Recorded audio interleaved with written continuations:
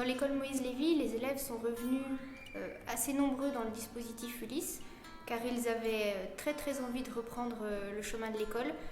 Les enfants réclamaient vraiment ça à leurs parents. Pendant tout le moment du confinement, on a vraiment gardé un lien affectif dans notre relation enseignant-élève. Tous les jours, je leur envoyais des vidéos avec des livres que je leur lisais, je leur préparais des questionnaires, je leur envoyais des mails. Et c'est vrai qu'ils étaient très réceptifs à cette organisation d'école à la maison. Ils avaient beaucoup de plaisir à faire le travail que je leur donnais grâce au blog de l'école. Et puis, on a aussi partagé des petites récréations virtuelles pendant ce temps-là. Et les enfants étaient vraiment très heureux de se voir entre eux parce que c'était quand même important qu'ils gardent un petit lien entre eux.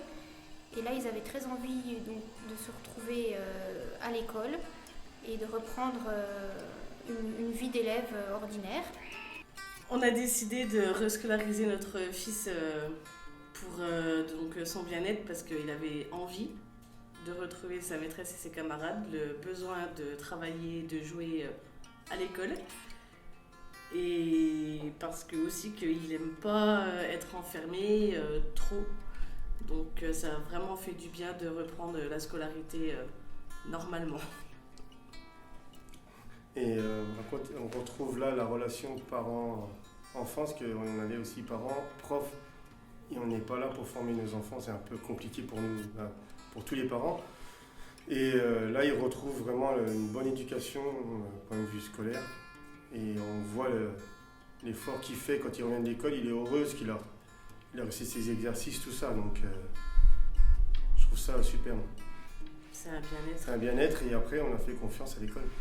Concernant l'organisation pédagogique du retour à l'école, j'ai choisi de repartir de notre organisation, de l'organisation de l'école à la maison. Et puis, les enfants étaient habitués à travailler de cette manière pendant le temps de confinement et ils n'étaient pas dérangés de reprendre cette façon de faire à l'école. Certains enfants du dispositif sont encore à la maison et du coup, les enfants qui sont à l'école préparent le travail pour les enfants qui sont à la maison. Quand on fait un travail en mathématiques ou en français, les petits temps de recherche, de manipulation sont faits en classe et filmés. Les élèves expliquent aux copains et ces vidéos sont ensuite mises sur le blog de l'école. Comme ça, les enfants qui sont à la maison, ils peuvent bénéficier de ce temps de manipulation et de découverte qui est important pour comprendre les notions. Et à la maison, les enfants peuvent visionner ces vidéos avec leur famille, ce qui les aide ensuite à passer aux petits exercices de mathématiques et de français qui sont mis également sur le blog. Et puis nous avons commencé donc au mois de mai avec 5 élèves dans le dispositif en présentiel. Et au mois de juin, là, 2 élèves vont à nouveau revenir à l'école. C'est des enfants à qui on a envoyé des petits messages vidéo, des petites photos. Ils ont envoyé aussi leurs travaux par mail aux copains de la classe. Il y a vraiment des échanges qui se sont créés entre les enfants à la maison et puis les enfants qui sont à l'école et qui donnent envie à tous de reprendre le chemin de l'école. Voilà, et les enfants sont très très joyeux, très contents de ces échanges entre la maison et l'école. Alors, par rapport à notre mission d'AESH, on a pu compléter notre mission en aidant les enfants à appliquer les gestes barrières, à pouvoir aussi être une écoute supplémentaire pour les enfants. Et ce qu'on a pu aussi mettre en place, c'est une façon un peu différente d'agir sur le terrain, en étant peut-être moins en proximité des enfants, mais ce qui peut leur permettre d'avoir des missions en autonomie qui sont positives pour eux. Donc pour accueillir les élèves du dispositif Ulysse, nous leur avons proposé un groupe de parole.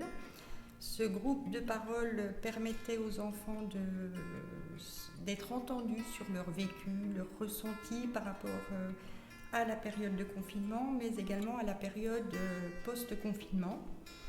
Donc on a dû aussi les aider à mettre en mots leur ressenti, les émotions, ce qu'ils ont pu vivre, voir, entendre. Dans un second temps, nous avons donné les informations nécessaires aux enfants pour qu'ils puissent reprendre sereinement à l'école, comprendre ce qui se passait, parce que quelquefois les informations étaient erronées, elles n'étaient parfois pas là du tout ou mal comprises. Et ensuite, nous leur avons permis de poser des questions, tout ce qui pouvait les empêcher d'être disponibles pour l'école et puis d'être sereins en classe avec leurs camarades. Ça m'a permis personnellement de regarder s'il n'y avait pas eu des impacts de cette période de confinement et de cette période de déconfinement sur le bien-être des enfants, sur leur bien-être également au niveau psychique et le cas échéant de prévenir des difficultés, des fragilités qui pourraient arriver d'ici quelques semaines, puisque parfois ça met un petit peu de temps avant d'émerger.